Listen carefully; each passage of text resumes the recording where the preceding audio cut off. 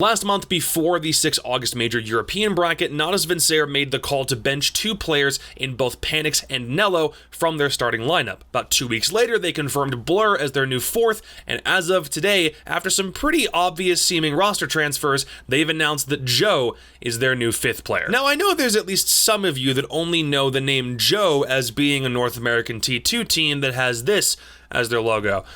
I don't know how we have a Challenger League team with a Pornhub logo named Joe, but it's time we introduce everybody to somebody else with that name. Joe played for Fierce Esports during the recent season of the UK-Ireland Nationals and joins Navi after they bought out his contract. He's been getting a lot of attention recently in FPL by, as of recording, being in the top 3 in the entirety of the FPL European circuit. This dude can play. He's joining a new-look Navi team that also sees Blurr confirmed as their new 4th player, which was announced last week after he spent time with the team as a stand-in when Dowie got banned for 6 months. This also makes their roster 4/5 British, which is the most Englishmen they've stuck on one squad even since before M&M Gaming's first roster back in Challenger League for Season 9. Saves is the only one left who isn't a Brit, and he's probably screaming angrily in Polish right now.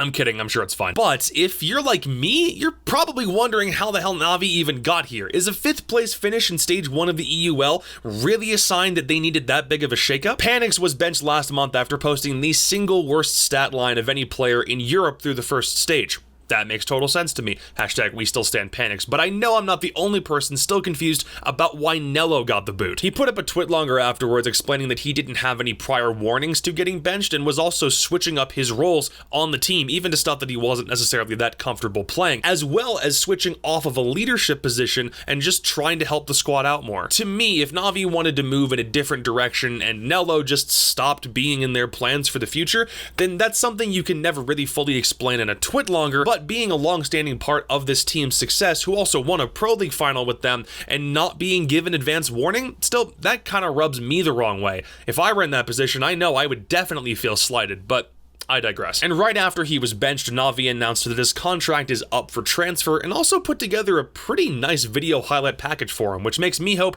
that his time spent away from a team will be relatively short-lived. Do we need to play the 1v4 clip again? Fine, play the 1v4 clip! Looking for the bullet holes. neLo will get one though as Dirtbay peeks on up, but everyone's stacking by the vase, awaiting the approach for neLo. No utility left, diffuser in hand in a 1v3 in the midst of a crossfire, gets one on a Diesel and a second one on Amaranth!